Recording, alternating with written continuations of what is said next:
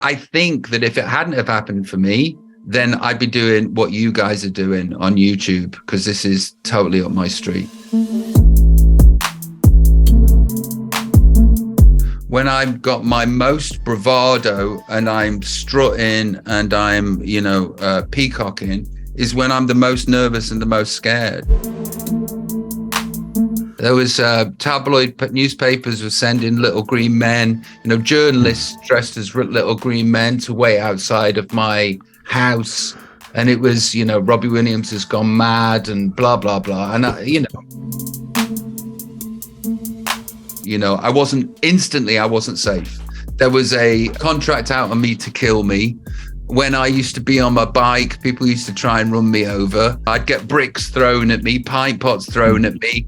And I was a pub goer, and pubs became instantly unsafe for me. Why? Because of jealousy. Young Bucks, Lord of the Flies. I'll tell you one story I don't think I've ever told. There was lots of times that I'd had to run for my life. But here I was in a gay bar in Manchester. The door opened to this different world that was just absolutely incredible. Fortunately, I didn't get to be a Keith Richards kind of character. My drug abuse, my alcohol abuse became very sad very, very quickly. I shot my emotions down, Sean, by probably taking your ecstasy. Hey, Rob, how's it going, man? It goes good. How are you guys? Fantastic. Good to see you, Rob. We were just having a sing-along. Oh, what were you singing? We were angels. Oh, no. The flood. We were singing The Flood. Great. Let me introduce you to Jen, my co-host. Yeah. Hi, Robbie. Hi, How are you? And Andrew has also, I think he's messaged you previously. He's with a co-host. I got a message for you from, I was just talking to John Ronson, but he was just saying what a big fan of yours he is and what a nice person you are. And he said that whenever he's with you, wonderful and amazing things happen. Is that right? Oh, I love John Ronson. Yeah. And whenever I'm with John Ronson, wonderful and amazing things happen. The last thing to happen with John Ronson was I'm very posh these days. So I took the children to the Beverly Hills Hotel for some breakfast, and John was in there and he joined us, and I ate up and I just walked off, and I'd left him to pay, and I didn't do it on purpose. So I owe John Ronson a breakfast, and apologies to John. It's not been forgotten. Are we straight in? Are we going straight in? It is recorded if you want to just keep going. Because before we get into your life story then, what was it like searching for UFOs with John Ronson? Well, what actually happened was, and this will be part of the life story, I guess, if that's what we're doing. In 2006, I'd retired from being a pop star. But I knew that I needed to do something. And I'd heard that if you get paid for your passion, you never work a day in your life. And that resonated with me. And I was like, well, what am I passionate about? And it was like, well, donuts and UFOs. And, I couldn't be asked to make any donuts. So I had this thought where I'd become like Arthur C. Clarke back in the day when he had that television program. And I thought I would go and seek out weird and wonderful things. And John Ronson and me went to a UFO conference in Nevada. And it was my coming out as a tinfoil hat kind of person. And to be honest with you, I got so much of a kick in the press. There was tabloid newspapers were sending little green men, journalists dressed as little green men to wait outside of my house. And it was, Robbie Williams has gone mad and blah, blah, blah. And, I did put on 30 pounds and grew a beard, and I did look like a serial killer, so they might have had a point. But I found the whole episode so embarrassing and kind of degrading that I was like, okay, maybe I should turn to making donuts instead. So can I please ask what your first experience with UFOs was? My first proper experience goes back to the Beverly Hills Hotel once again. Wow. My first proper experience, proper, other than, oh, that's interesting, could be I am with a young lady, and it's over 17 years ago because I've been with my wife for 17 years, and it was, let's just say, another. And we were on 2 hotel lounges in my room in the garden, looking up at the stars. And then all of a sudden, silently over our heads, what I can only describe, square object, I would say probably the size of 1.5 penalty boxes, to use a soccer or a football term. And it was matte black underneath. And I don't know if you remember Artexing from the 80s, Sean. No. Artexing, it was like what you had on your walls to try and make it look posh with all these swirls. They were like random swirls, Artexing. And it was matte black with, you'll remember the Hacienda though. Oh, yes. Okay, so weirdly, it was matte black with this Artexing underneath, and then Hacienda style, yellow and black stripes, like it was a workman's thing. Do you understand what I'm saying? It was like it was. I don't know. I just saw it. It came in silently, and I could have hit it with a tennis ball, and then it floated off. I was totally and utterly sober, which is something that I always tell people when I tell this story. I have been not sober a lot, and I've never seen anything like that. Quarter of the size of a football pitch, silently floating black, matte black objects. Yeah. And I saw it. I witnessed it. I felt it. And then it floated off. And what was going through your mind? Oh, what was going through our mind was the same as the young lady who turned to me and went, "What the fuck?" You know? It was a giant "what the fuck" moment, and you know, I've sort of always had a passionate interest in that kind of stuff, and it sharpens the senses when you have your own sightings. What I also thought was this: I didn't think little green men. I didn't think Zeta Reticula or Orion or interdimensional. I thought there's a bit of exotic technology that we're not supposed to have.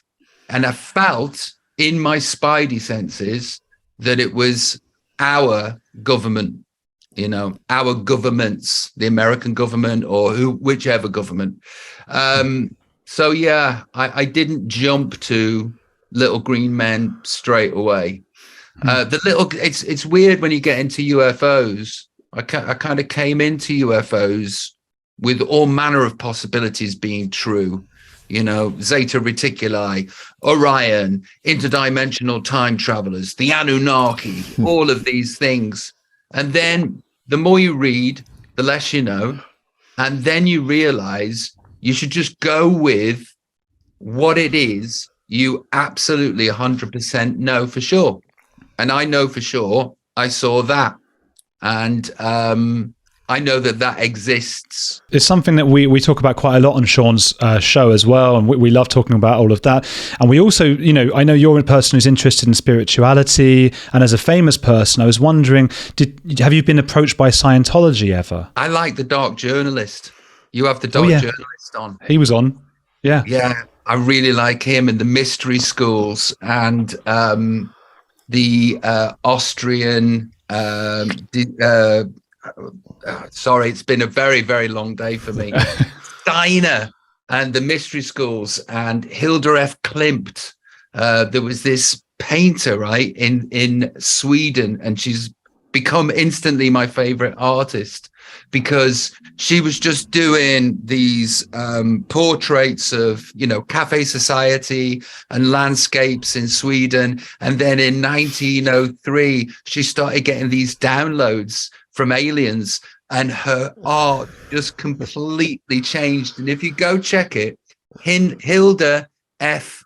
Klimt, and just understand that this woman was painting these things in 1902, 1903, and it blew my mind. And I'm sure if you go and check it out, it may or may not blow your mind too. Have I been asked to join Scientology? Never. Did you consider it? No, because I've only heard and known about the supposed bad things attached to the church, alleged bad things attached to the church, that seem quite strong, So no, it's never been something that's interested me to go and check out and do, but something in there works, and something in there works for a lot of people. And I always think that, the best advert for Scientology is Kirstie Alley.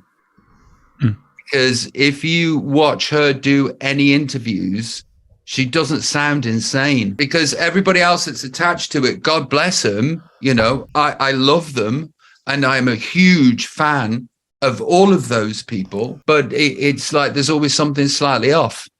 But if they just sent Kirstie Alley in at the tip of their spear, I think they'd hit a lot more people like me. So, Rob, what was it like growing up as a kid in the North? Was Stoke a bit like Widnes? I'm guessing that Stoke was exactly like Widnes. And I love where I'm from. I love my people. I love my tribe. I love the sense of humor. I love the naughtiness, the cheekiness, the darkness of the humor too. And, where I lived in a road of privately owned houses that ran in between two council estates. So what had happened with my mom, because my lineage is this, down the pits, cannon fodder, probably worked in the bogs and the marshes in the dark ages. We are from absolute poverty. And my mum got a loan together and opened a ladies' dress shop in a, not an upmarket area, let's say. And she made a success of it. And she was then able to open a coffee shop in a more salubrious area of Stoke-on-Trent. And then she bought upstairs and opened this ladies' dress shop, sold that, bought a flower shop, started selling flowers, and then opened a ladies' dress shop above that. And what she managed to do by herself as a single parent raising two kids was nothing short of miraculous. It's actually a bigger deal than anything that I've achieved. The hard slog, the ambition and the drive. And for everything that she did, she managed to take us from a council estate to a place where, I don't know, a teacher would live, or or a dentist would live. How she did that is beyond me. And it is absolutely incredible. I'm in between two council estates on this one road. So I kind of like my peers instantly. It's like, I'm of them, but I'm not one of them. There is that sort of distinction. Like, oh, he's got his own house, hasn't he? It'd be like, there'd be the council houses, and well, he's from his own house, isn't he? They own that one. Well, you do speak very highly of your mum. I mean, what was the relationship like with your dad? But relationship with my dad was, I just adored him. He was my hero because he was a policeman. And then he went to this pub one night in Golden Hill in Stoke-on-Trent, and there was a talent competition. If you entered the talent competition and won, you won a £5. And he was friends with some comedians who just nicked their jokes and told them and won the competition. And then the next week, he did another competition in Hanley in Stoke-on-Trent, and he won that too, and he made a tenner. And he made more money winning these competitions than he did being a policeman or wherever he was working at the time. He handed his notice in and went off to become a full-time entertainer. And in 1974, the year that I was born, he was on New Faces and won his round and got to the final and didn't win it. Now, my dad is incredibly charismatic, incredibly talented, and everybody absolutely loves him, including me. So I just grew up backstage. I grew up around cabaret. I grew up around show folk.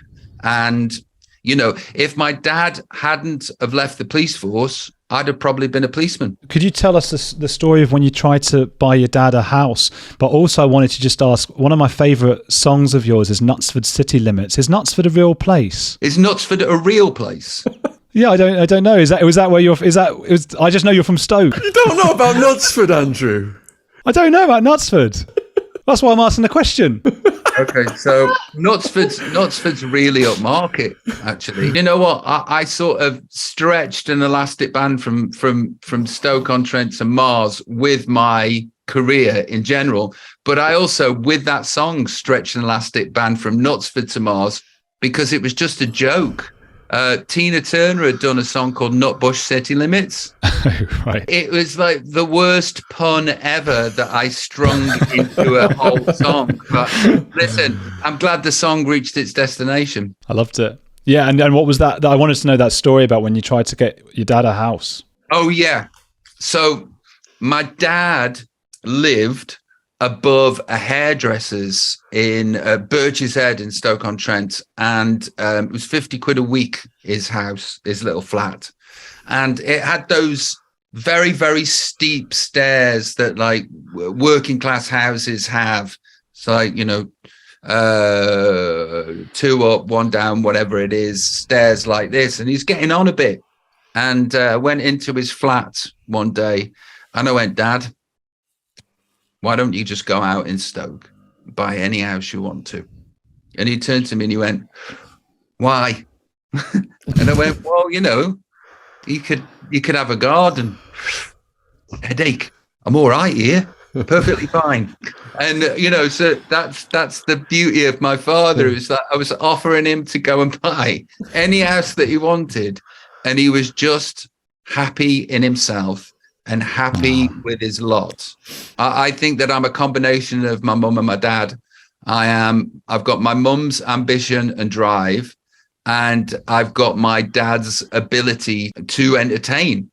And I think that if my dad had had my mum's ambition, then he would have done exactly what I've done and achieved what I've done. But he just didn't. He's way happier than I've ever been. All of his life has just been, he's been in his own movie. It's like in his movie, he's Dean Martin living a charmed life, you know, putting 50p on the horses to last him all day for entertainment. Did you know that you were always going to go into entertainment at that stage? Well, I've got a 10-year-old daughter right now, Teddy, and I'm just watching what's happening to her. And all she wants to do is show off.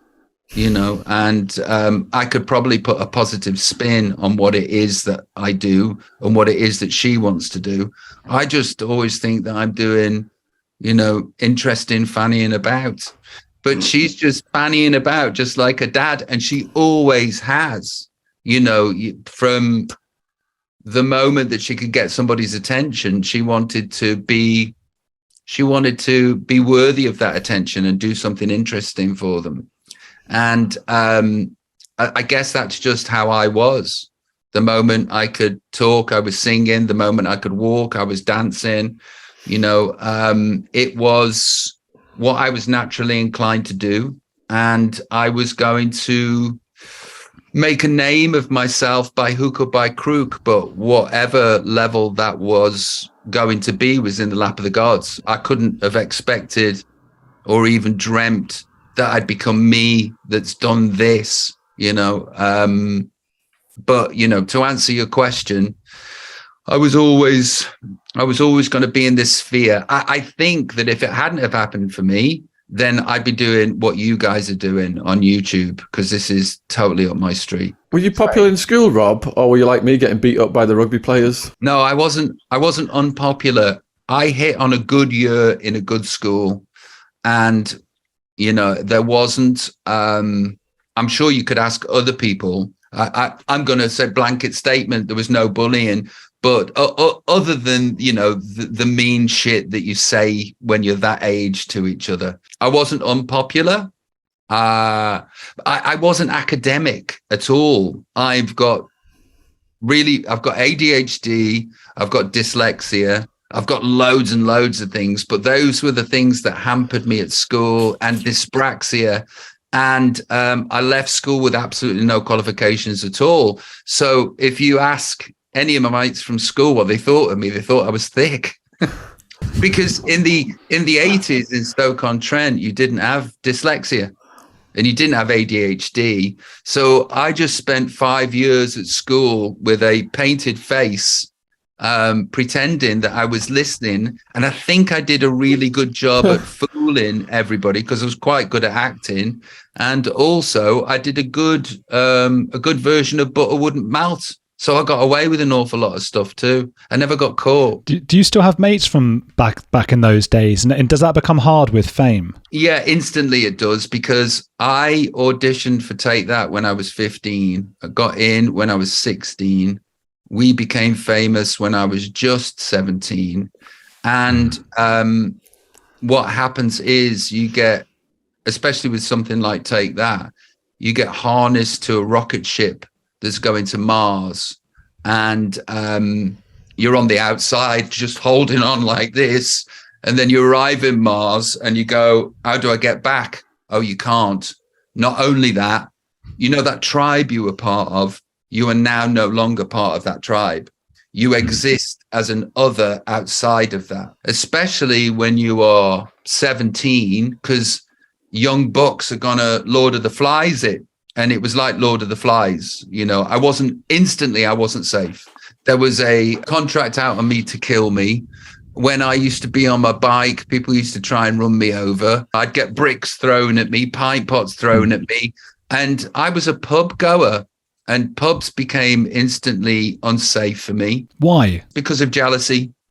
Young bucks, Lord of the Flies. I'll tell you one story I don't think I've ever told. There was lots of times that I'd had to run for my life, like loads of times. And there was this one time I was in a garage in Newcastle under Lyme, and I'd already known that I shouldn't be in these sort of places. I shouldn't be outside of my road and my pubs that I go to. But I'd had 3 pints and I was watching the football in a pub, and I went to a garage and stood in this garage. And there's about 5 people in front of me, and I see this car pull up. It's an old Talbot Sunbeam or something like that. And there's 5 lads in it, and I just knew I was fucked straight away.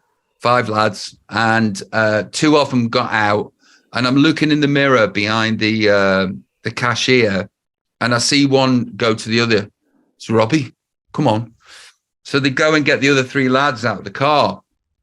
And I look over to the exit, and I see the exit green sign, exit, one of those push bar things, but it's got a chain on it and a padlock. And I'm thinking, if I run and get to that door, you're just going to kick my head in.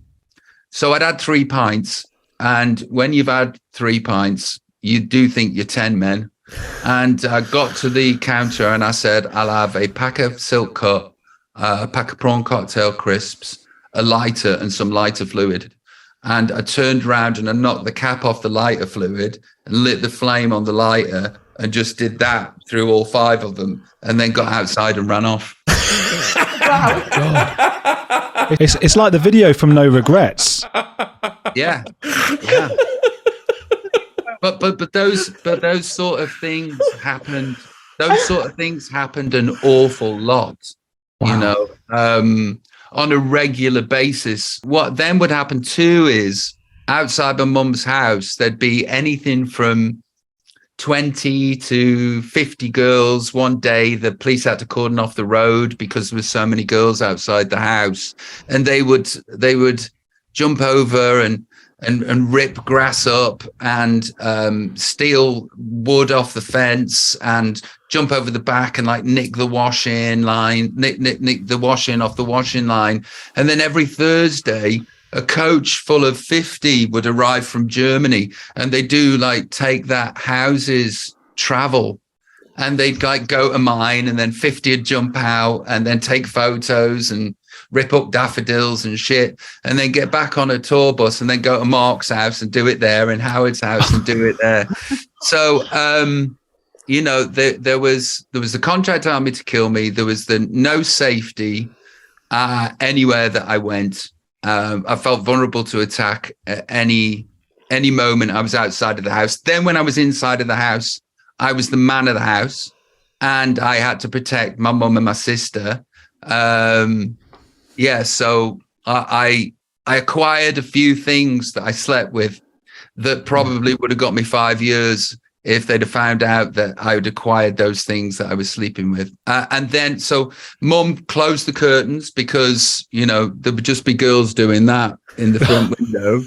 My mum's sort of working all the hours that God sends to provide not even a lower middle class. It wasn't, you know, I think the aspirations were to be lower middle class, but we didn't quite achieve that, you know. So that on top of this stuff that was happening to me and what was happening in our neighborhood, the cars would get broken into every week. And, you know, she became quite depressed with it.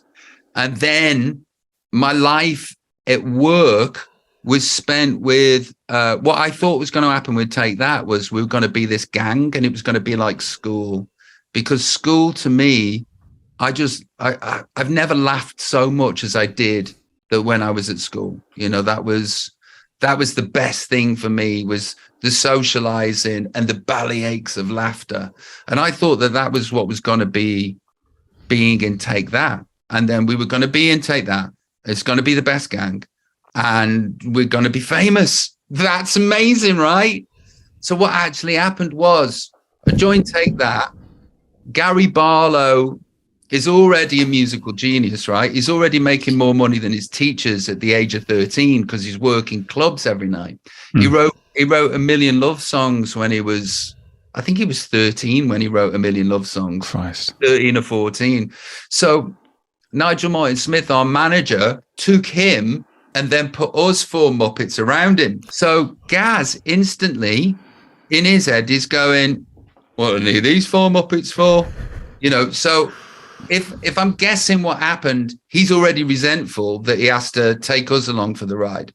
And you've got Jason Orange, that's one of 5 brothers that was always fighting for his position in his own family. And then he's put in another family where he's fighting position and jostling. And then you've got Howard, that's really lovely and really funny, but doesn't say an awful lot. And then you've got Mark Owen, that's like a beautiful, wonderful soul that I palled up with. But we weren't a gang, you know, we weren't. We are now, funnily enough. But those early years were, you know, I have my problems with how we were managed at the time that I can't go into because, you know, he's very litigious. So what happened was I didn't feel safe and comfortable at work, and I wasn't actually physically safe at home. And that was a toxic powder keg for somebody in their formative years. That it's like sending a 10-year-old to the gym to bench press and, you know, work with dumbbells and kettlebells. You wouldn't send a 10-year-old to do that. As a 16, 17-year-old, you're on this rocket ship to Mars. You become incredibly famous. It's toxic. I was listening to Sporty Spice today. She just did a long-form podcast, and she said She went from just being a young person out of Widnes to within 2 years being internationally famous. And you've described, this meteoric feeling. She said to survive it, she said it was the best and worst time of her life, and to survive it, she had to completely shut her emotions down. Did you have to shut your emotions down? I shut my emotions down, Sean, by probably taking your ecstasy. Shelley's. Stoke. Shelley's laser. Did you go to Shelley's Laserdome? I was always in Shelley's, man. Shelley's, the Eclipse in Coventry, Manchester. Oh, yeah. We were probably in Shelley's. Were you there when Evolution played there? The night Evolution played, Take Me. Ah, yeah. Yeah. Alternate played in the car park one night. I saw the Prodigy there. Wow. Yeah. I began self-medicating at a very, very early age. My daughter's 6 years away from being 16. And as a 16-year-old, I'm doing trips in Shelley's. It's like and also without social media, I was in this Lily White pop group, but I was getting away with so much. Did you ever go to Moneypenny's? I didn't go Moneypenny's, no. I was in Moneypenny's doing a lot of things. I was in Cream doing a lot of things. I was in the Hacienda doing a lot of things. Yeah, I managed to get away with singing a million love songs by day and then, taking a million pills by night. So was that a refuge from the danger of the pubs? Well, see, we'd go mob-handed. Like with Shelley's, that was before I was famous. But everywhere else that I went, I hooked up with a crew from Warrington, and they were all sort of like that. And we'd be mob-handed. I was safe with them because there was enough of us, and the music was great. And I didn't have to put my steel toe cap boots on for fear of getting my head kicked in. And that's how I used to grade where I was going to in Stoke-on-Trent. It'd be like, I'm going Valentino's on student night tonight. I better put my steel toe cap boots on. And now I can just go in my, Adidas Gazelles or whatever and enjoy myself. But this did happen. This one thing did happen. So we got our first gig there. And we didn't have a dressing room. It was just an alcove with some curtains. Then we only did gay clubs, I'd say, for the next 14 months. How far was it along until you split? We'd take that. Yeah. We were very restricted and there was lots of different rules. And you can't do this, and you can't be that, and you can't have a girlfriend, and blah, blah, blah, blah, blah. My place in the band was always being threatened, that with not being in the band, we can always find a boy with brown hair from Stoke-on-Trent and call him Robbie, and you can be replaced and all of that business. Once we'd cemented ourselves with 2 albums and multi-platinums and playing arenas night after night, I was like, ding, no one can fire me. I'm going out. I did this big, I broke the rules by going to Glastonbury, which was it was seismic for me and kind of seismic for everybody else that had this boy bander that hadn't got his indie stripes wandering around backstage. I wasn't allowed to go. Imagine not being allowed to go. God. I took off with a boot full of champagne and a pocket full of cocaine.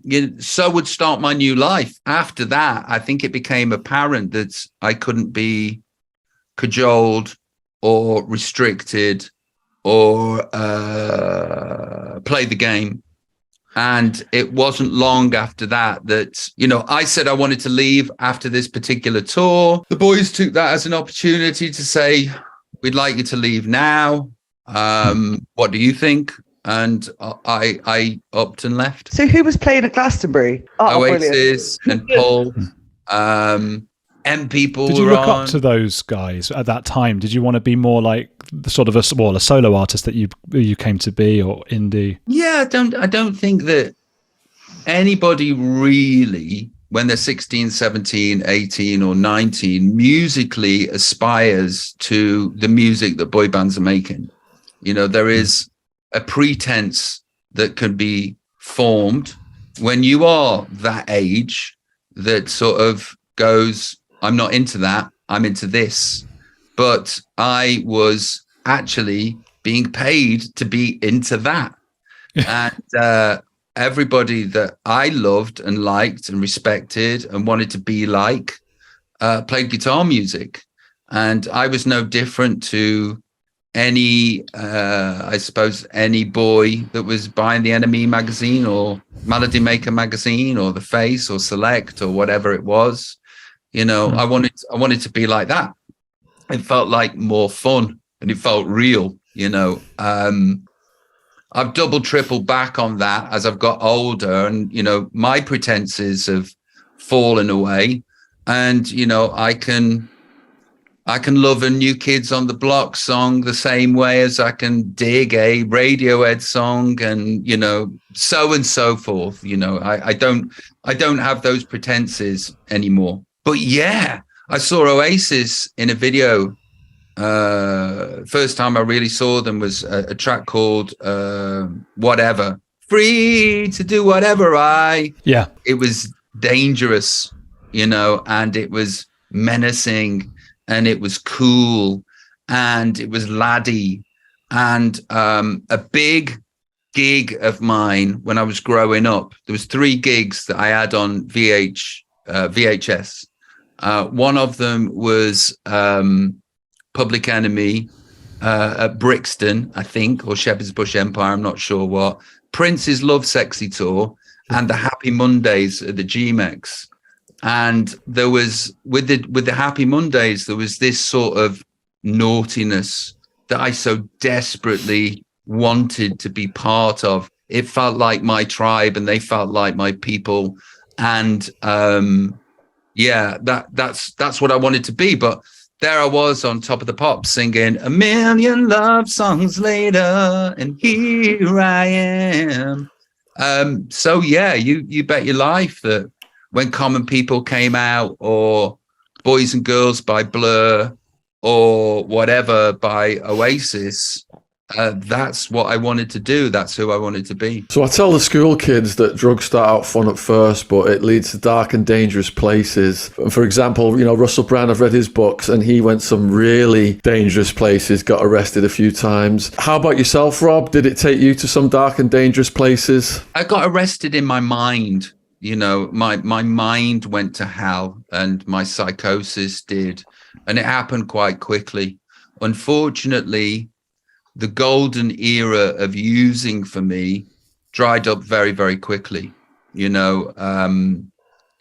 I suppose I had 18 months worth of fantastic times, paying for it on the Tuesday after a Saturday, those Tuesdays that you used to get where you were, I suppose you'd used up all of your serotonin and your mind's crying out for help, and all you can do is lay vulnerable on the sofa.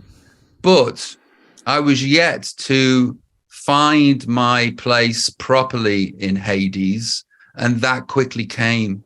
That quickly came through finding out that you can keep the party going after the ecstasy by doing cocaine. Cocaine's a hell of a drug, and it took me to hell very, very quickly. Unfortunately, I didn't get to be a Keith Richards kind of character. My drug abuse, my alcohol abuse became very sad very, very quickly. And I knew that there was something wrong with me that I'd labeled in my head, oh, I think I'm an alcoholic. By the time I was 19, when you talk about it, it's still sort of in my mind, the nostalgia of what it was to be around that sort of rave culture and what we all thought we were achieving and where we all thought we were going, and these mind cosmonauts that were going to change the planet by dancing. We all thought we were onto something. I don't know. yeah, I just think by sweating profusely in the club and dancing like that, we thought we were going to change the world, but our world did change. You know, my world changed. I am glad I experienced that. I still to this day pay for those moments in one way or another. What was your stopping point? Well, I'm an addict and I'm an alcoholic, and addicts like to addict. There is a bit of me that's quite smart, and I will try and find any loophole that I can find. And I mean, like, okay, so tried heroin, that didn't work. Cocaine's bad. What about pills? I'll just take pills. I'll take like a doctor's pills, and then you get addicted to them. I can't sleep. I'll take sleeping pills. And then I end up sort of with 15 sleeping pills in my pocket, nibbling them on a night out.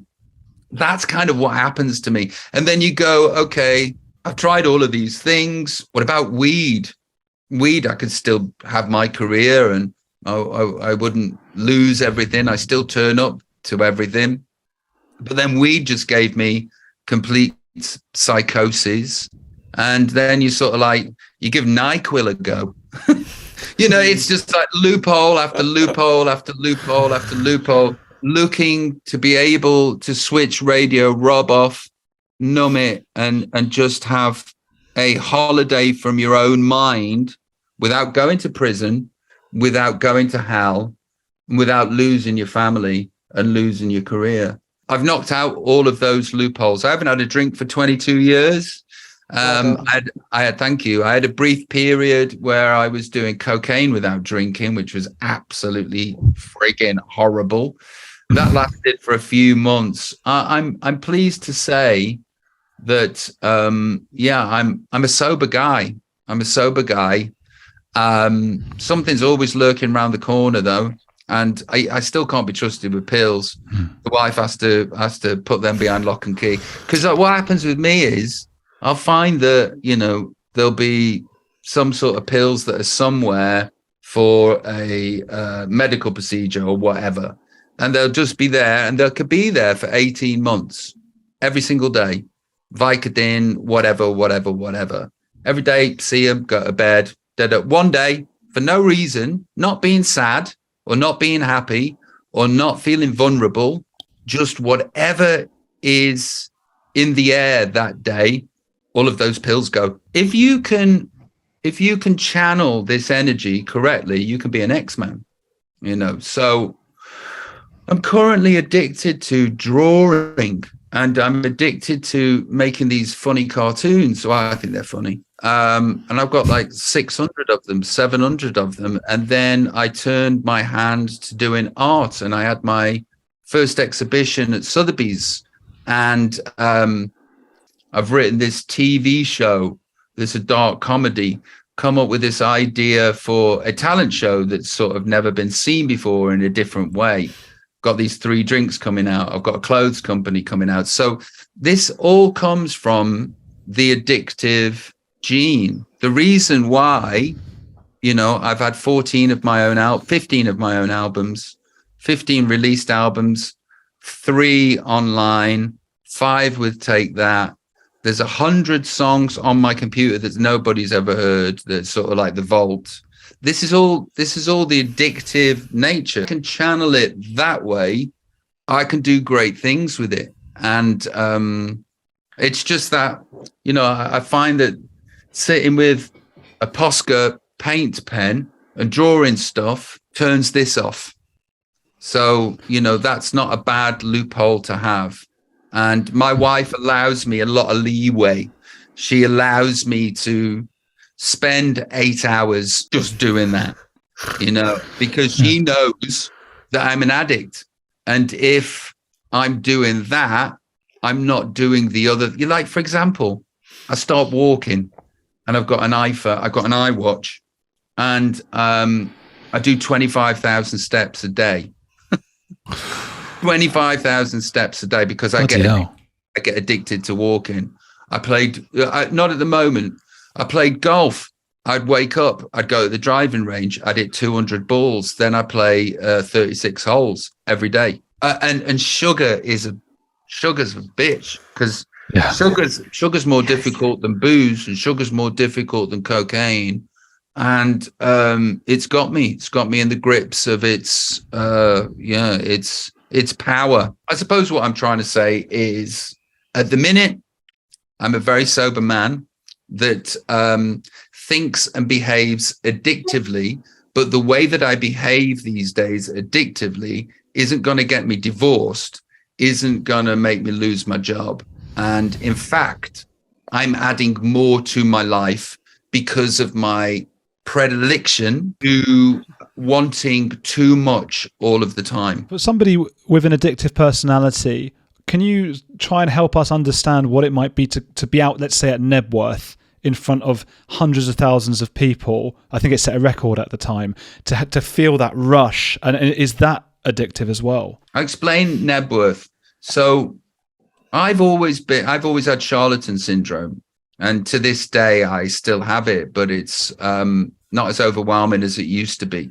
Like and I have intrusive thoughts, and my intrusive thoughts have a jiu-jitsu style grip over me feeding myself anything positive about myself. It's very difficult to understand, but in the early days of my solo career, I didn't believe that I deserved any of it. And no matter how big, from the first university that I did my first gig at, to the arena, to then the stadium, to then Nebworth, I didn't feel as though I deserved any of it. And the bigger it got, the bigger this charlatan syndrome got too. And weirdly, when I perform, when I've got my most bravado and I'm strutting and I'm, peacocking, is when I'm the most nervous and the most scared. Nebworth was a time for me where the intense responsibility of facilitating a good time for these good people that had spent good money to come to see me was overwhelming. If you don't think you deserve it, and there is 135,000 people turning up, the person that is backstage is very, very different to the person that is on stage. It just felt like the world was collapsing in on me, and I was trying to lift this amorphous blob of self-hatred to match it with this adoration that I was receiving at the front.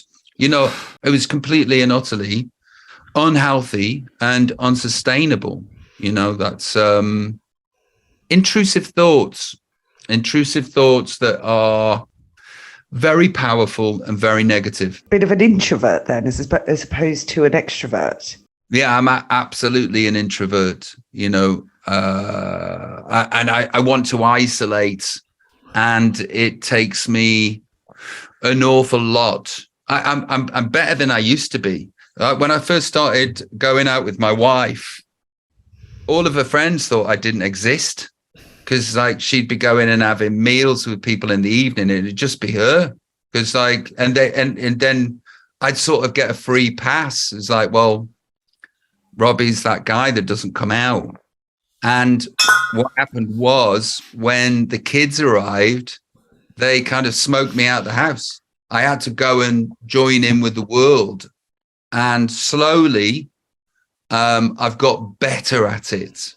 By nature, my very being would be, I'd have my head on the pillow and my eyes would open in the morning, and then I'd just stay there all day, because that's what I want to do. That's where I feel the most comfortable. That's where I feel the most safe, but my dad's the same. That story I told you about his flat, and not why. I'm kind of the same. It's like, do you want to go out? Why? I've been out. I want to do it again. I've been out.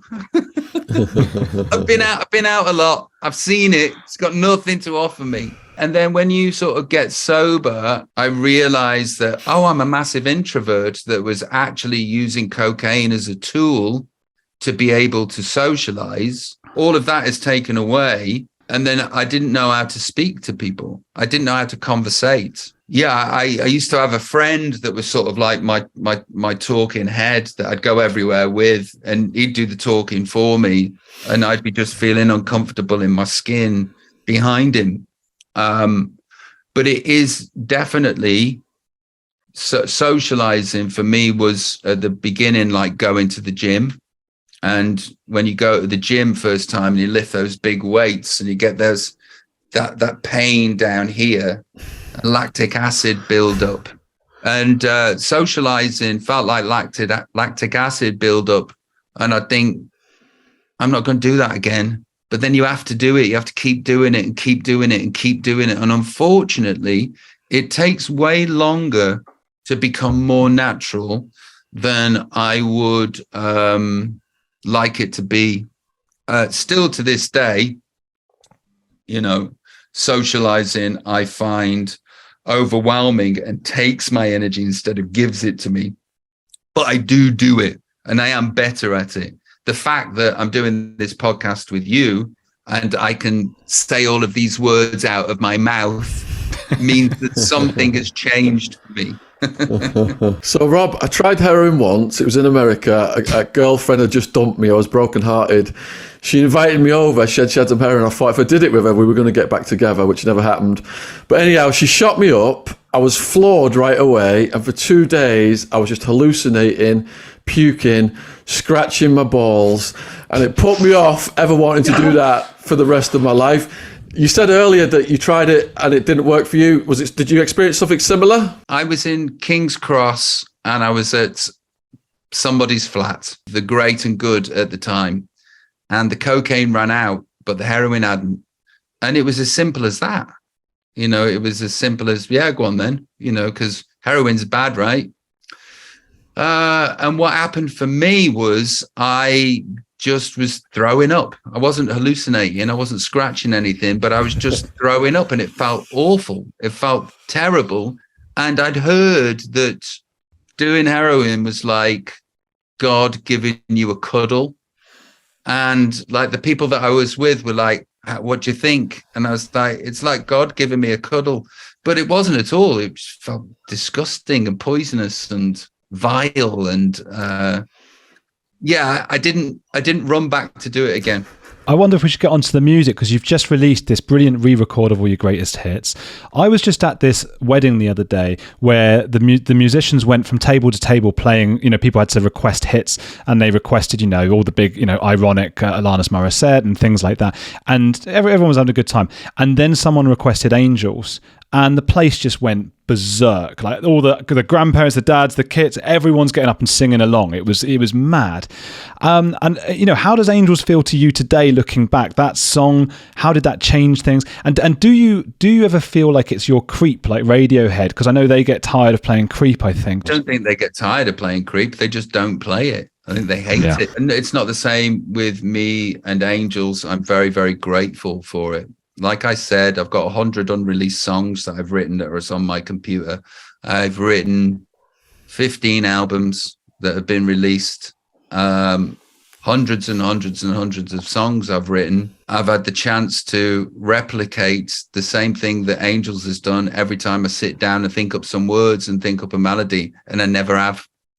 That song exists somewhere outside of me in a different realm. And that song gave me absolutely everything that I have today.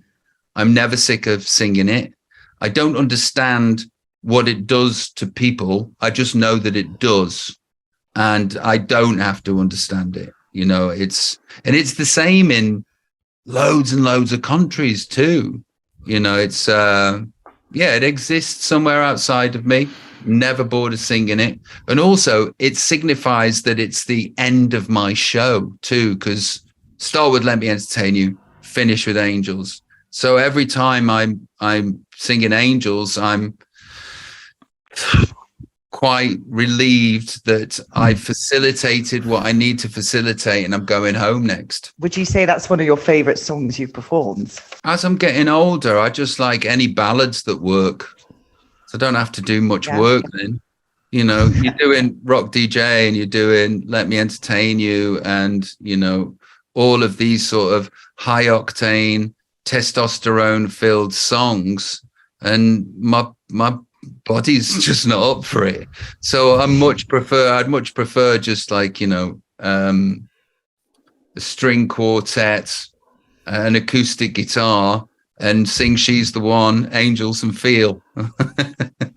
You said that you and your bandmates, you thought they were going to be a gang, tight, and it wasn't that way, even though it's become that now.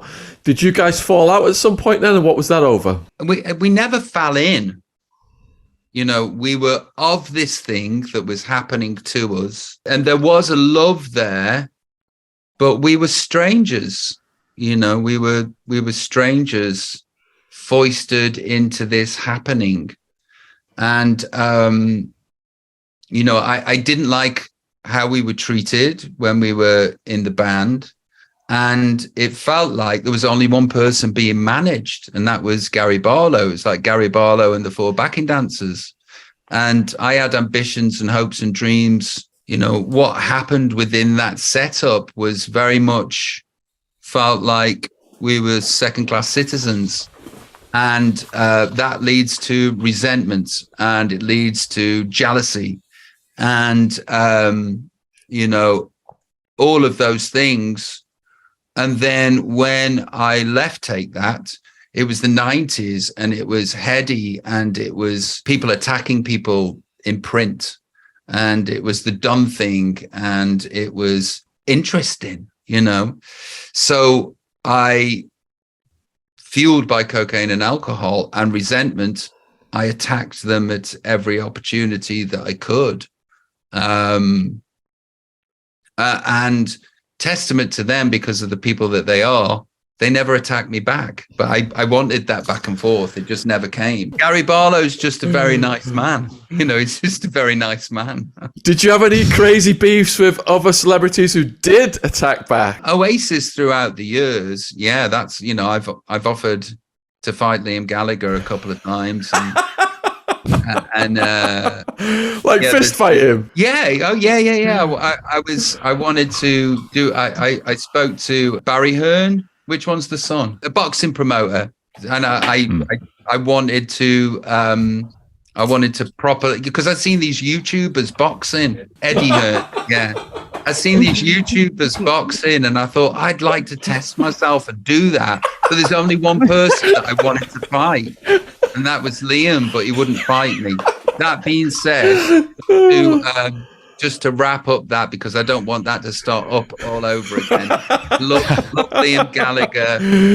Pleased for him that everything's going really well for him. And, you know, he's an incredible rock star, an incredible personality, and the world is richer for him being in it. So I'll just qualify that with that. Yeah, that was probably the only public beefs. Yeah. Are you mates now then with the Gallaghers? No, I don't know them. They don't. Do you listen to his music? I do. Yeah, I do. Yeah. I like Liam's music. The last album, there's like 5 or 6 songs on it that are just absolutely incredible. You know, that they're, because, you know, I'm really competitive, and I want to know what people are doing. And I want to know what the people around me from my time in the sun, in every way, are up to, and how it's going for them, and where I should be in the pecking order of things. And, you know, I see it very much as a sport, I suppose. There's the ethereal stuff when you sit down and cast your net out and try to create these beautiful pop songs that might mean somebody to someone, might cuddle them, or, you know, might soothe them. And then there's these other songs that I do are full of bravado. But then after that, you know, it's a battle. I want to win. I always want to win. You know, when they ask like Harry Kane, like, were you aware of that record you've just got or whatever? And they'll always be like, oh, I wasn't aware of that. I mean, were you aware of the latest album that's now, I think, the most solo album number ones in the UK history? Yeah. my team achieved it. And what actually happens is you get to exhale, because it's very important for me that I get to have my creative endeavors met positively. And for my creative endeavors to be met positively, I have to have some form of relevancy. And my form of relevancy in this particular week has come by having another number one album that is beaten or equaled Elvis. And, it bodes well, because I'm very vulnerable and I'm very fragile. And you take away relevancy from Robbie Williams's life. Who and what am I? That leaves me scared. I don't want to be that guy. I don't want to have to find out. There's no sense of pride and a puffing out of the chest. It's just a relief that I'm still somebody. Have you ever had to box any paparazzi? What's the lengths they've gone to get close to you? Yeah, no. I mean, I used to be followed by them 24/7, and I was too smart to hit one of them, because it would have cost me money. Although I wanted to. They are sociopaths of the highest order that cannot hear you and will not hear you and have no empathy. And they are the sort of flying monkeys of the Witch of the West, and they feed off trauma. Trauma takes a shit, and they come searching through that shit, trying to find out how they can salvage and make money from it. I just find that a really bizarre job. I've always found that a bizarre job. The idea of ever even interviewing someone who doesn't want to be interviewed by me, let alone sticking a camera in their face, getting into their lives and things. But you have empathy. A little bit, but you have more than them, which is quite easy to achieve. But you understand that wouldn't be a nice thing to do, or a human thing to do. To behave in that way, but they don't have that human instinct. They have something else that gives them the ability to behave in that way. It's bizarre. It is bizarre. What is that part of why you quit in 2006? Was it the attention, paparazzi, and all that? That was a lot to do with it. Yeah, that was a lot to do with it. I set about dismantling and sabotaging my career. Because the spotlight that shone on me at the time, I found too intense. And what happened was 2006, I was just like, do you know what? I know how I win this, because me being competitive again, I just sit on this sofa and I never leave. And that's what I'm going to do. So I bought this cashmere kaftan that I got in Morocco, and I built I grew a beard. I looked like a serial killer. And I ate honey Dijon kettle chips for dinner and watched The Real Housewives of Beverly Hills and didn't move for 3 years. And by the time I came out in like 2009, I came out the house, they'd all gone. And I was like, fellas, lads. So what I set out to achieve, I actually did. And the spotlight moved on to other people.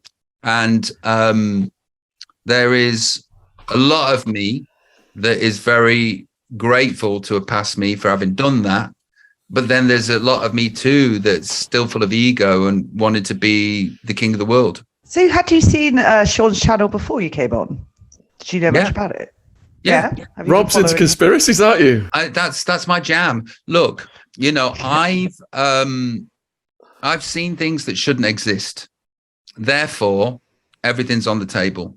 And I do believe that I have an open mind. Time and research and experience has led me to not having my mind so open that it falls out. You know, there's that saying, that phrase. Everything's on the table, but I believe nothing. I just look at things and go, that's interesting, you know, and that may be the case. But, you know, I I don't run away thinking I've got the answers just because I did some research by watching some YouTube videos, which a lot of people do. They sort of get carried away with the what is and what isn't happening in the world. And that, as somebody that's behind the scenes, I want to go, no, that's not happening. It's not happening. So wake up. Some of it is, but that isn't. I can tell you that isn't. But it's not my place. It's not my place to let people know either way. And then I had a thought the other day, was like, hey, what if all of this is chaos? It's just chaos. And that fucking terrified me.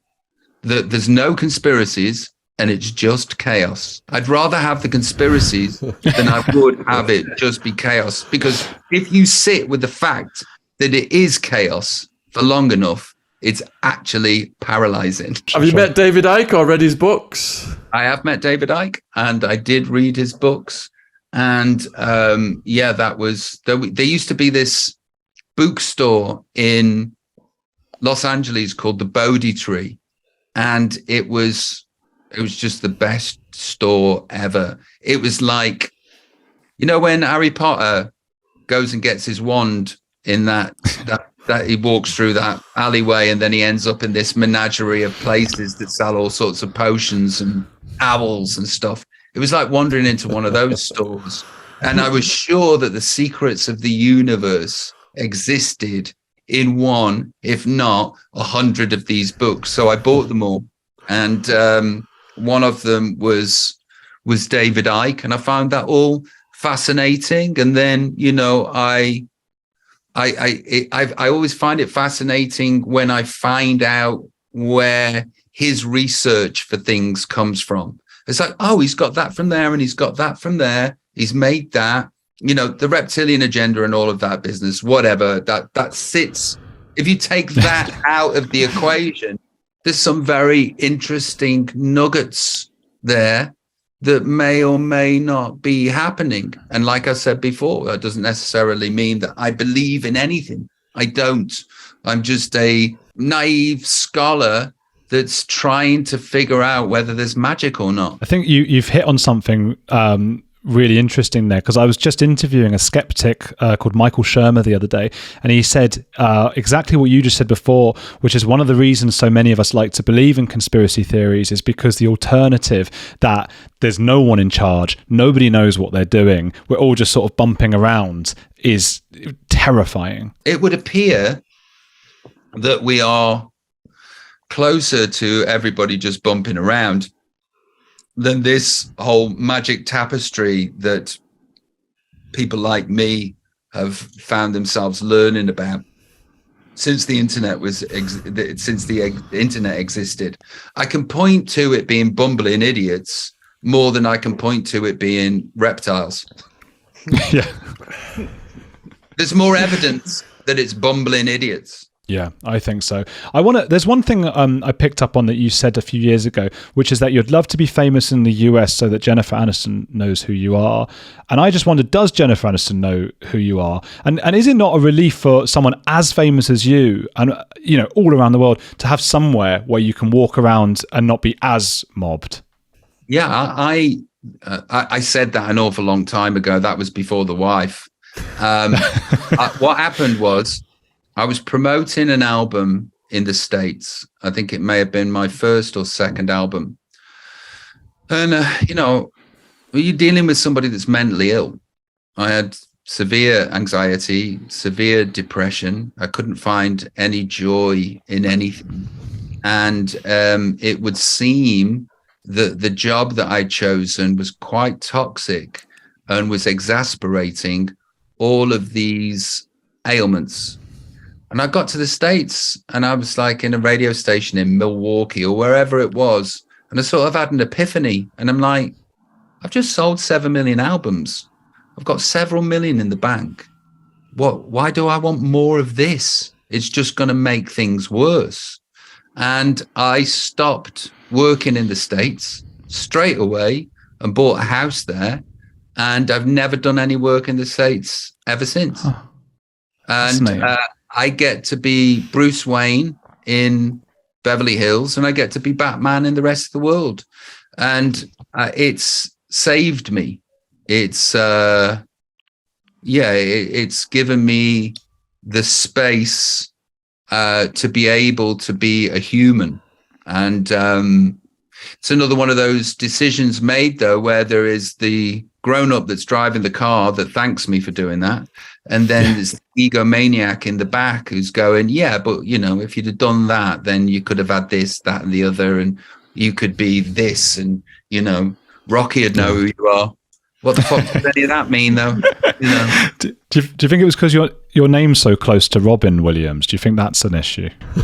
What, with not breaking the states? No, I bumped into him once. Well, I say bumped into him. He was in the same plaza where I was shopping, and I did want to go over to him and go, "Do you ever get there?" Because I get there. And I didn't. There's been a couple of times when I turned up at restaurants in LA where they've thought Robin Williams was coming, and then they get me and they're disappointed. Does money just become a number, Rob? I mean, once you can go certain restaurants and you can travel the world and you can buy whatever house you want, does the rest just become a number after that? No, that's the trick about money that I don't think many people know. You're always on the gerbil wheel.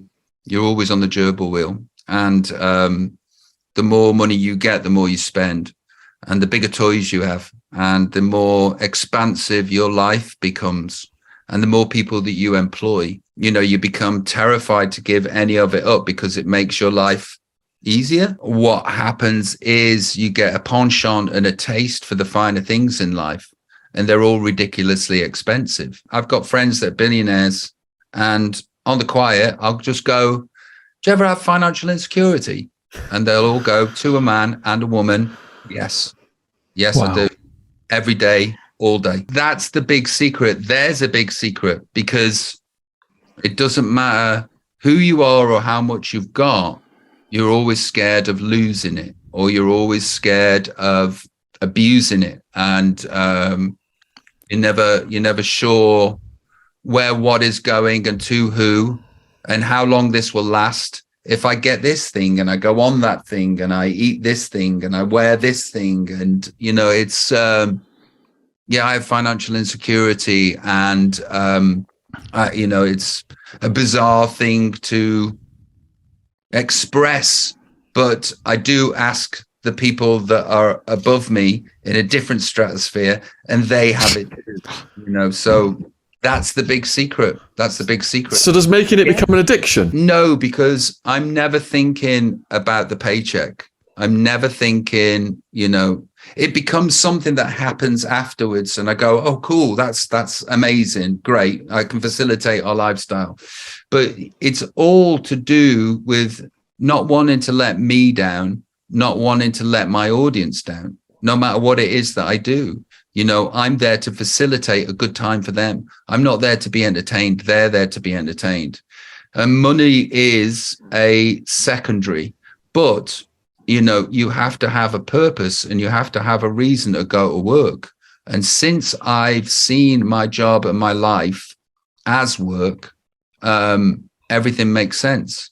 When Daddy leaves the house, Daddy goes to work, and my 4 children have given me immense purpose and immense drive. As I've said before, my family were cannon fodder, and they were pit workers and bog marchers and, you know, canal diggers. And, you know, my grandma's school report said she will be fit to work for the people over her. Fit to work for the people over her. That's all she was going to do. She's going to leave school and work under somebody. And that's one person ago. And I'm me that's done what I've done. I want to see how far I can take this. You know, it's like, I want to see how far this can go and what I can create. The driving force behind that is my family, and my family's family, and my family's family. And also the driving force behind that is creativity and a drive to be a success with what I'm creating. It gives me purpose. But the check isn't the driving force. Cristiano Ronaldo, when he gets on the football field, isn't thinking about his 500 grand a week. He's thinking about his purpose and what he needs to do and how he needs to achieve greatness. In whatever forum I am in whatever meager talents I have, I'm trying to at least achieve greatness.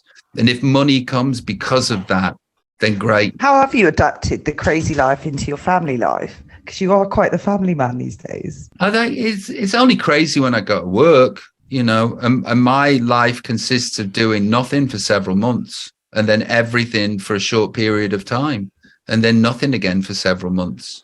So, you know, I'm just daddy. I'm Bruce Wayne, you know, and then I get exhausted because work tends to demand an awful lot of me for a very short period of time. So, you know, I could be a better father during these moments, but I only have enough energy to promote the album and to do the show. The two do mix well. You know, I'm in a monogamous relationship with my wife. I'm a good boy. I want to be a good father and role model to my children, and I want to provide for them the most amazing life. We're doing well. Every day's a school day. You know, the kids need to see me, so they're homeschooled right now. The wife thinks that they should have a high school experience. I don't think so at all. I just want them with me at all times. They make everything for me make sense. And I'm in love. I'm totally in love. This is a question that I suppose I could ask anyone with your level of fame. Let's say you and the family want to go away to like Paris or something. You want to go to Disneyland. What do you do? Because if you do that, you're just going to be mobbed. You can't just go on EasyJet, surely. I don't think there's like posher planes that go to like local destinations. So what do you do? We were in Disneyland 2 weeks ago. Oh, well, fair enough. Yeah, we were in Paris, and COVID masks were an absolute I was treat. going to say, did you wear a disguise? Yeah, the masks, those masks in COVID have just made more things possible than ever were before. So, you know, we went to Disneyland in Paris on a very, very busy weekend. We stayed at the hotel there at Disneyland, had the most incredible time, created some incredible memories as a family.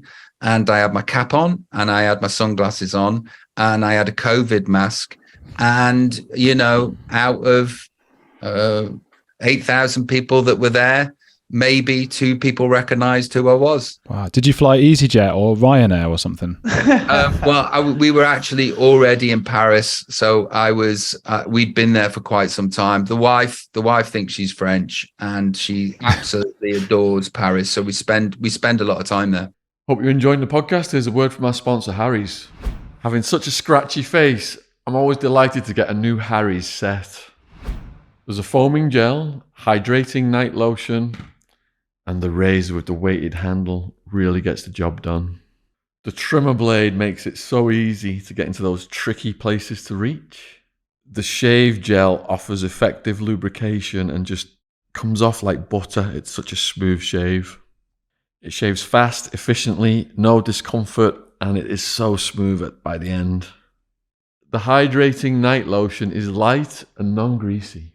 Harry's is doing a £0 trial. Start shaving with the products, just pay for delivery.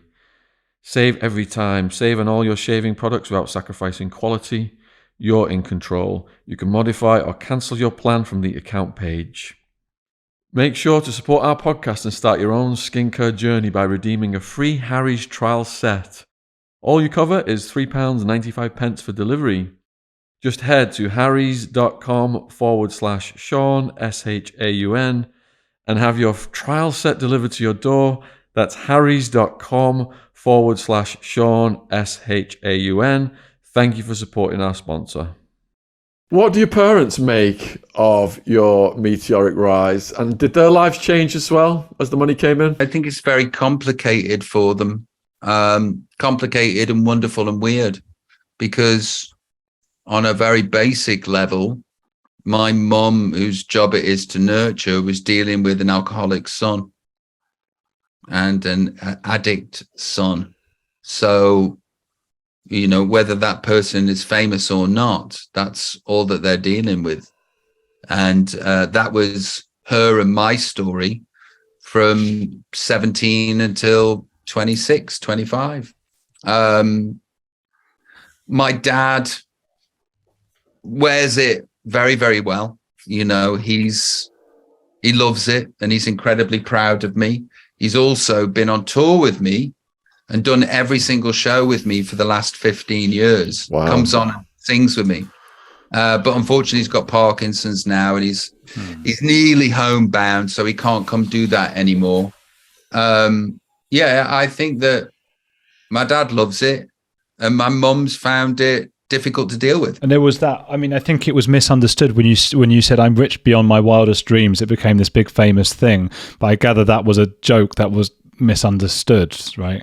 Yeah, what happened was, actually what was happening in my mind was, I'm this charlatan that's taken up a space in the music industry just by sheer fluke of being auditioning for a boy band and getting in. And now I'm being given the biggest record contract in the history of music. I couldn't, it didn't, you know, and I think, what does a person behave like and perform like that's being paid 80 million? You know, I couldn't fathom it. So, you know, a lot of the time when I'm scared, I act with bravado. I think everybody does, actually. Bravado is a cover for insecurities. And I went round to sign this contract, and the paparazzi were there, and it was the record company and an inking of a contract. And I thought to myself, all that's missing is like a giant check from the lottery, you know, with this 80 million quid on it, me going like that. And I think my memory is that the paparazzi were like, give us a quote, Robbie, give us a quote. Now, there's a lady that in 1979 or 1980 won the pools, and she won $1 million or so, and it was a big win, the biggest win. And she was asked what she was going to do with the money, and she said, I'm going to spend. I thought she said, I'm rich beyond my wildest dream, which is what came out of my mouth, thinking that people will understand that I'm aping this lady. And that it erroneously, that's what I said, and then it stuck with me. And then I used to have this flat on the 15th floor in Chelsea Harbour, and the windows and the curtains were closed one day, and I just woke up with something happening outside. I'm like, hey, I'm on the 15th floor. What is it? And then I heard, I'm rich beyond my wildest dreams. And I went to open the curtain, and it was a window cleaner on one of those things. And it was just like, did he know it was you then in behind the curtains? Yeah, but he didn't know that I was actually in bed listening to what he said. So I know that it went into the public as one of those moments where I said one of those things. So I got to ask, do you actually own a private island? No, I don't own a private island. No. You lived down the road from Brittany, didn't you? When the paparazzi stuff you were touching on before, that was when it was at its maddest, wasn't it? Yeah, I used to go past, like outside of mine, we both lived on gated communities, and outside of mine, there was like several famous people, you know, in mine, Charlie Sheen, Tom Jones, Paris Hilton, Christina Aguilera, Shaquille O'Neal, and so on and so forth, and other people, you know. And so there would be 6 as you would turn out of the gates, just waiting for one of us, and so it would be. But then you go past Brittany's, and there'd be the gates and the road, and then a rough piece of land, and on that rough piece of land there'd be anything between 10 to 20 cars just waiting for her. And I mean, I know what those moments felt like for me, and I know how unbearable they were. I could only imagine what that kind of scrutiny must have felt like. Did you meet Brittany? Brittany lived in another gated community. Yeah, I met several of those neighbours and we got on perfectly fine. Actually, Slash used to live across the road from me. And there was like, it's Slash. And there was one day I saw him and, you know, he spent some time in Stoke-on-Trent. He came from Stoke-on-Trent, weirdly enough. And like, I'm from Stoke and Slash and me. And it was one of those moments where you rise above yourself and you like just notice what's happening. I'm sort of leaning against his wall and he's leaning against his wall and we're moaning about the housing association. And I'm like, I just was like, you are with Slash in Los Angeles moaning about the housing association. What is your life? This is mental.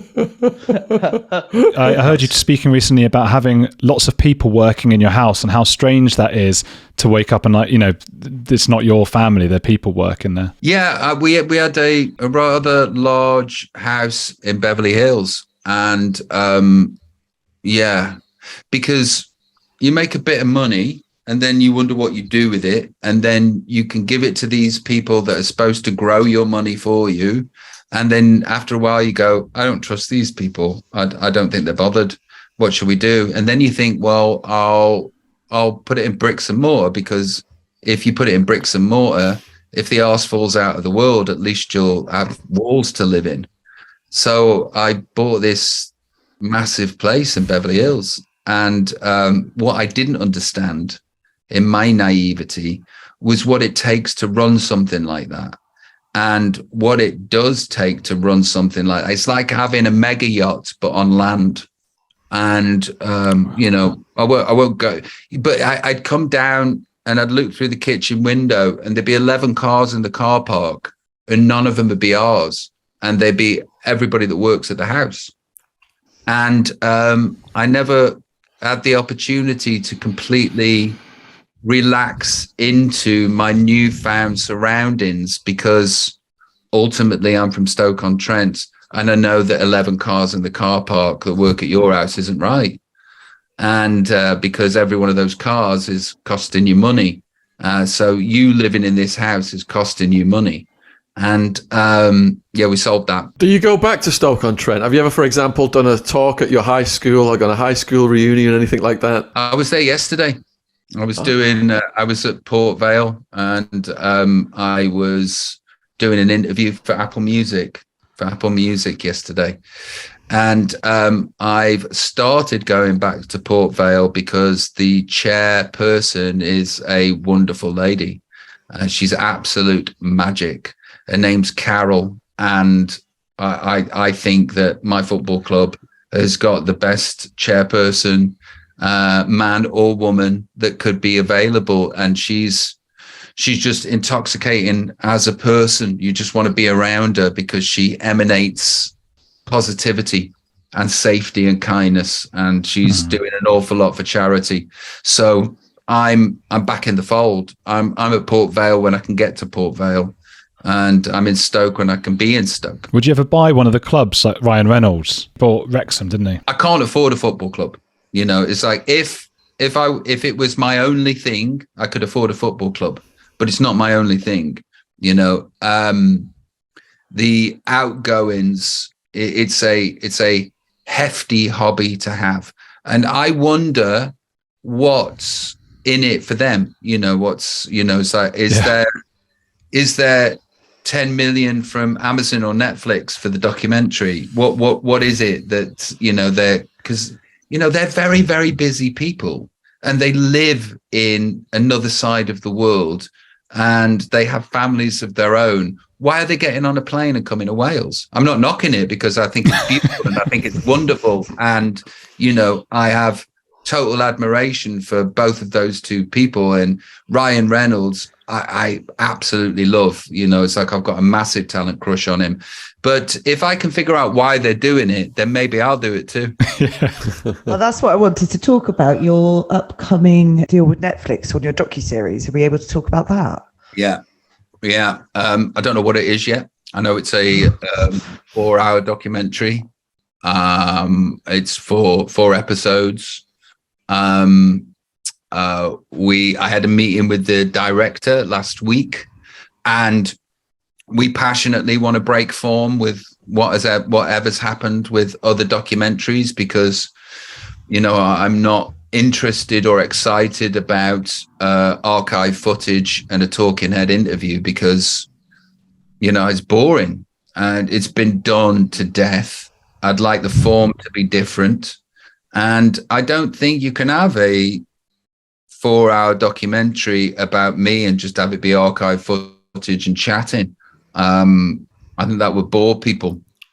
And the last thing that I want to do with anything that I do is to bore people. I want them to be entertained. And I want them to felt good about investing that time wondering about me. What do you think of the death of Amy Winehouse, and what advice do you give to young people who are battling demons and have got addiction issues? Because I think it's important.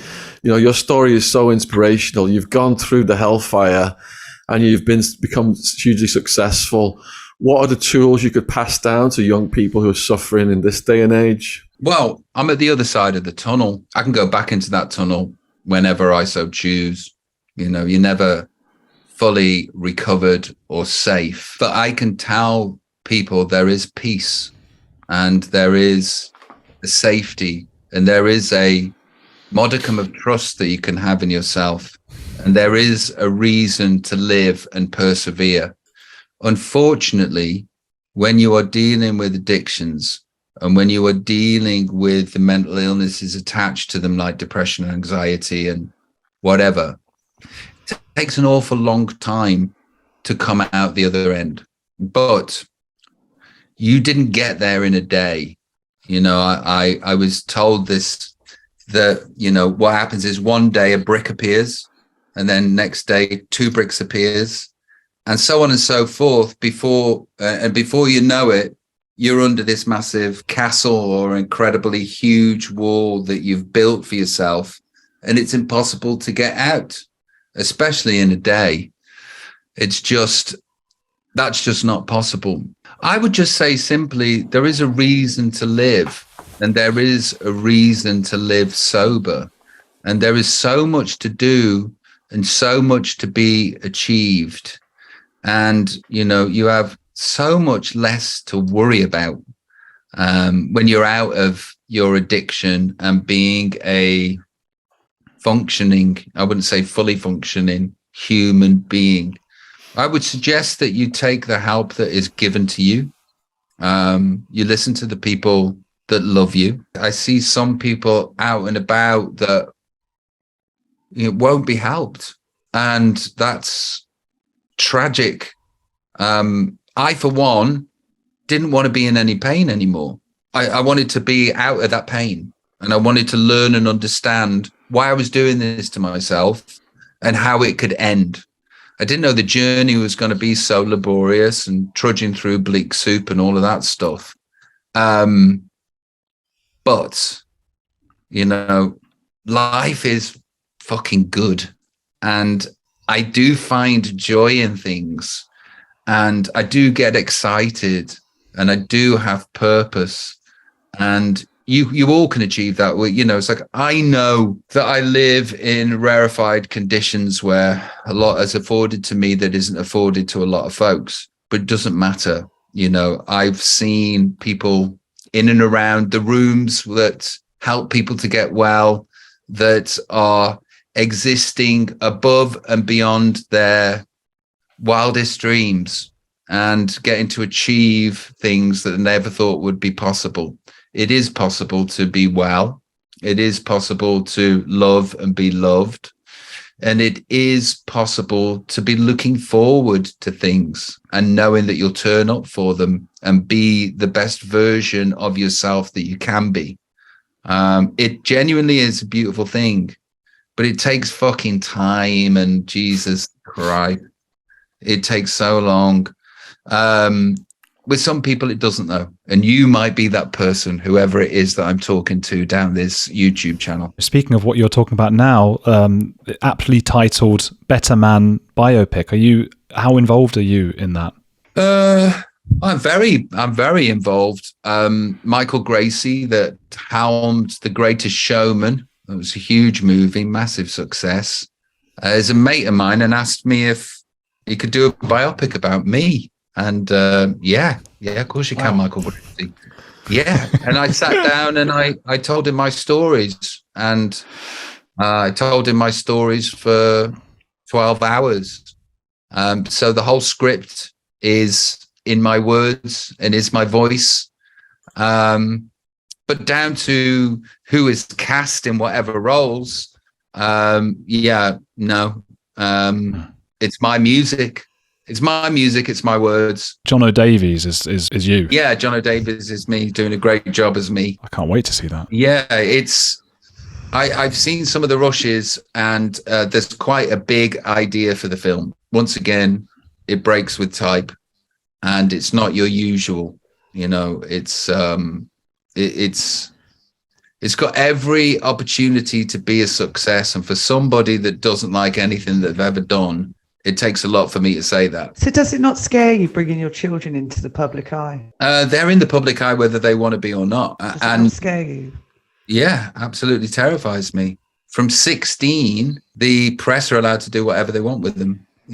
At the moment in this country, in the UK, they're not allowed to show their faces. But after they become 16, they're public property. And it's difficult to know what to do, especially, as I've mentioned Teddy before. She's my 10-year-old that just wants to be a performer. And there are moments that I really want to have with her. I want that moment where I'm on stage with her, singing with her, and having that daddy-daughter moment, and I get to show the world this beautiful creature that I'm incredibly proud of. And she gets to, it's like, it is difficult to know what to do. Do you introduce her to this because this is what you're going to do? Do you get used to it? I don't know. Every day's a school day.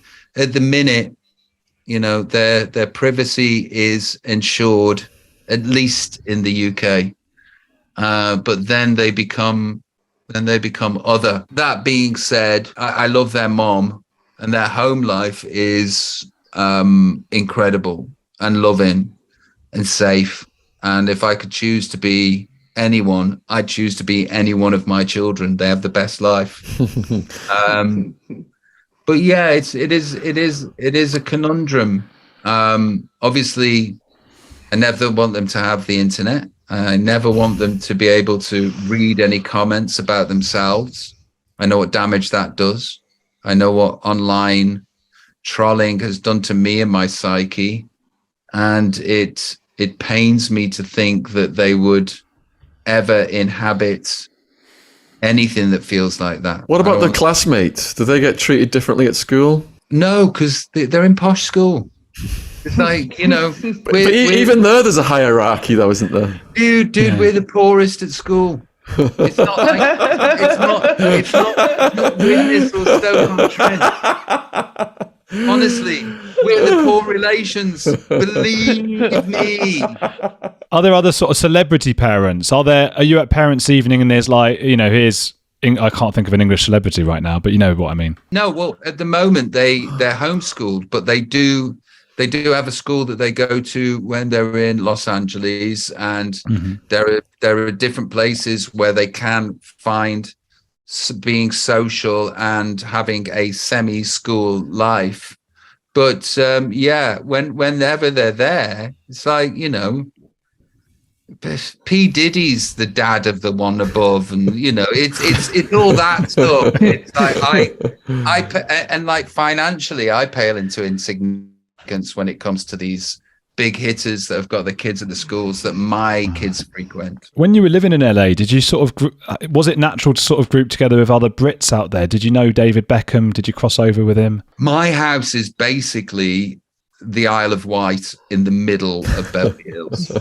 It's just British people, and then my wife and my mother-in-law and her boyfriend. Oh yeah, and my mother-in-law, my brother-in-law, everybody else is British. Everybody. Can we talk about your podcast at home with the Williamses? I can't say it. Yeah. Sorry. Right. Yeah, you haven't posted on a while, but you did it through lockdown. Yeah, we did it. I had a Christmas album out, and it was a way to promote the Christmas album. And me and my wife got to work together, and we basically had domestics in the confines of the safety that neither of us could take it too far because it was all being recorded. That wasn't the basis of the podcast, but that's what it actually turned into.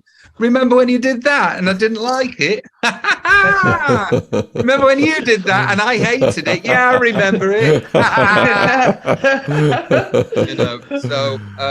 But that's the thing is about your line of work and what you're doing, which is something that I'd really love to do, but I don't have the time to be persistent and also create that content week after week, day after day. It's a full-time job. You guys have a full-time job.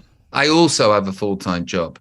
And as much as I would like to think that I would be a good YouTuber or a good podcaster, I don't have the time right now. Is there anything else you aspire to be outside of music? Yeah, I think I was mentioning before, I've written a TV show, a dark comedy. I'd like that to be a success. Got this idea for a talent show. I'd like that to be a success. So what's your story arc for your dark comedy? I don't want to give it away, but it's good. It's really, really, really good. Is it based in Stoke? Yeah. It is. Oh, Yeah. great. Wow. Makes me think of that. Steve Merchant recently had one back in Bristol, which is where I am now, and it had that real feel to it. Well, we're almost at 2 hours, Rob. You've been very generous with your time. I'm not going to push it here. If you've got any final stuff you'd like to say to the viewers? No, because I've got to watch Married at First Sight. Is anybody else watching? I love that. Sean wouldn't have a clue. I love it. Are you up to date? No spoilers, please, because I'm not going to come spoil away for a few days. Is it getting brutal? Yeah, it's just a classic season. It's very, very good TV. You're not watching Jeffrey Dahmer then? My drummer's watching the Jeffrey Dahmer thing, and I don't want to go to bed with that. That's not. No. Oh, it's dark. No. So many people. Yeah, I can't watch that. I'm currently away from the house rehearsing up in Birmingham, and I would rather go to bed on conflict designed by a reality TV show for people that have just gotten married that have never met each other around a dinner table that are too drunk than actually watch anything to do with Jeffrey Dahmer before I go. Amen. Well, huge thank you, Rob. It's been an absolute blast. If there's anything we can ever do for you, you just please let us know. And let's keep in contact, because I'd like to maybe come on and be a host with you. Yes. Can I? Warrington people, they were our mortal enemies in Witness. We were the chemical manufacturing town. They were the wire manufacturing town. So it was the chemics versus the wires.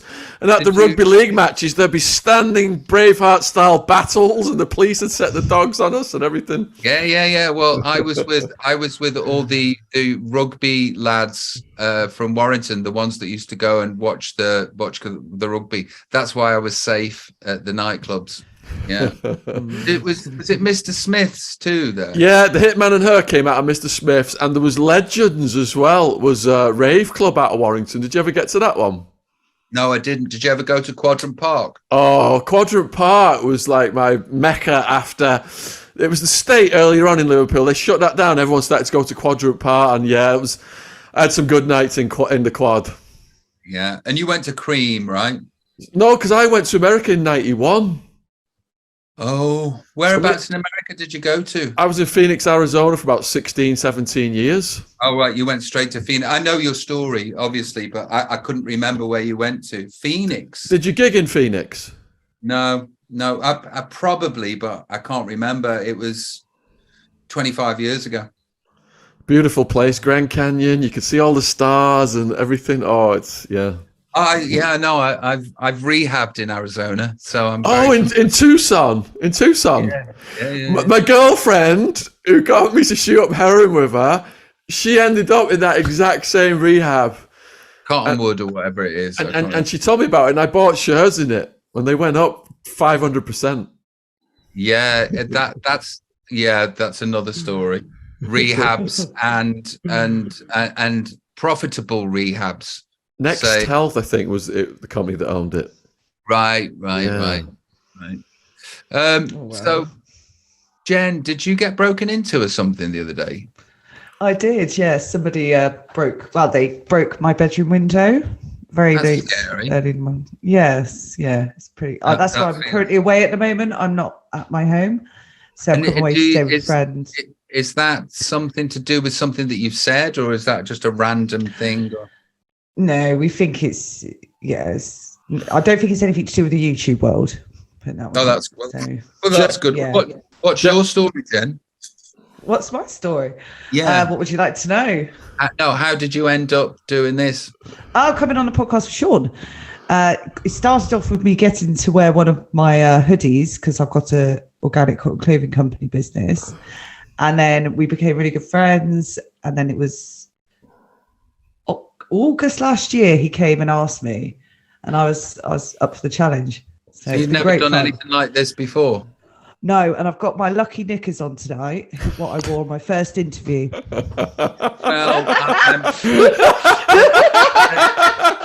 So I'm very proud that I must be the Jubilee for your lucky knickers. You've been my favourite. And Andrew, what's your story?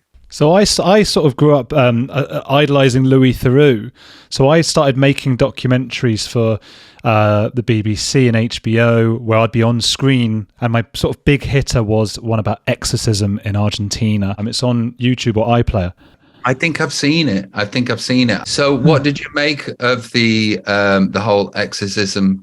So the amazing thing was, because I'm an atheist personally, but also I'm really open-minded to whatever I see.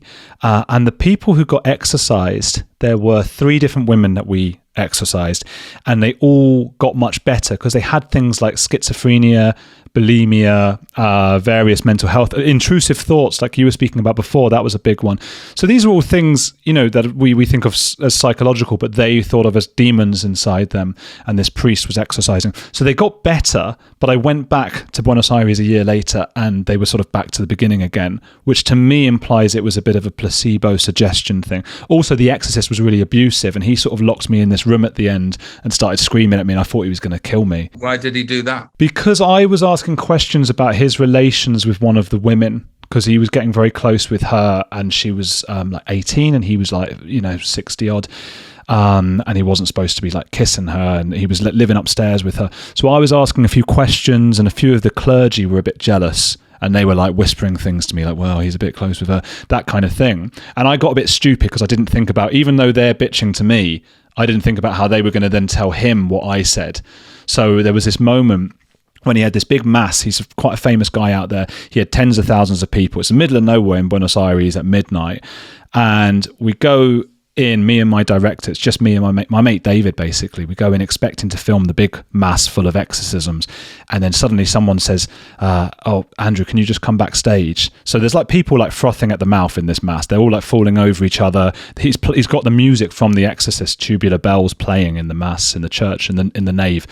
And I go backstage and he's there, the exorcist, and he's going, you've interviewed me, I'm now going to interview you. Just come in here a minute. And he wouldn't let my cameraman in. And he had a few big blokes with that thing from Jafar from Aladdin, the staff. They've all got that, and they were sort of hovering over me. And for about an hour, just screaming at me, pushing me around this room. And my director's trying to open the door, and they're slamming it shut, and the guy's just screaming and screaming and screaming. And he's going, why are you asking people about me giving mouth kisses to this girl? And I was like, I didn't. Well, I did, but I didn't mean it like that. And he's going, well, you, and all this stuff. And eventually they did just let us go. And as we're leaving, I can hear him in the mass of thousands of people, and he's going, the devil is in here tonight. And the Falklands, they took the Falklands, because we were British, obviously, in Argentina. Just mad stuff. But yeah, we got away eventually. Wow, how terrifying! It was. I was shaken. And are you from London or are you from Bristol? I'm from Watford, just outside London. Are you any relation to Razgold? No, I don't know who that is. Oh, right. Okay. You're Jewish, right? Yeah. My wife's Ashkenazi Jewish. Oh, really? She's a Cohen. Yeah. I bet our families know each other. Yeah. Yeah. Oh, well, that's nice. So in turn, our kids are Jewish too, right? Because the wife is. That's right. That's right. Do they know they're Jewish? I believe in passing they do. Yeah. It's an interesting thing because it's no one knows if it's an ethnicity, a culture, or a religion. You can be an atheist Jew, of course. And I was reading Christopher Hitchens talking about he found out after his mum committed suicide that she had been Jewish and kept it from them because they were scared of anti-Semitism. And he said it just changed his whole view. He was like 50 years old by this point. It changed his whole view of his life. And he was very happy to hear it, he said, but it's a strange thing to find out. Yeah, I think I became atheist for 10 minutes because I did my research. Yeah. But I believe in something. I don't know what that something is. I'm not fully atheist. I'm a C+ theist. Yeah. You believe in angels, one might say. I do. I mean, that is a good point, isn't it? That is a religious song, isn't it? People don't. Is it? It is a religious song. Yeah. Now, whether they exist or not, who knows? But I like my belief in Archangel Michael and Archangel Gabriel, and that song's about actual angels. Whether it's fantasy or not, I care not. They exist in my mind. This podcast is sponsored by Gadfly Press. We are proud to announce the publication of Britain's #1 art forger, Max Brandrett, The Life of a Cheeky Faker. And from the back cover blurb, Max the Forger is an artist and gentleman whose colourful lifestyle has spanned over 70 years. He has lived under the strict regime of Bernardo's children's homes, been an elephant handler in the circus, lived rough, busked his way from Brighton to Bombay, sold his fakes up and down the country, dined with dukes, socialised with celebrities, associated with gangsters, served time in prison, and donated tens of thousands to charity. And through it all, he has never stopped smiling and loving life and missing his mum. Quote from the book. Mr. Brandrett, I do not see you as a malicious criminal, sighed the judge. But why, oh why, do you continue to use your God-given talent in this way? I just can't help myself, Your Honour. It's like an addiction, I grinned. Available worldwide on Amazon, link in the description box below this video. Thank you for supporting our sponsor.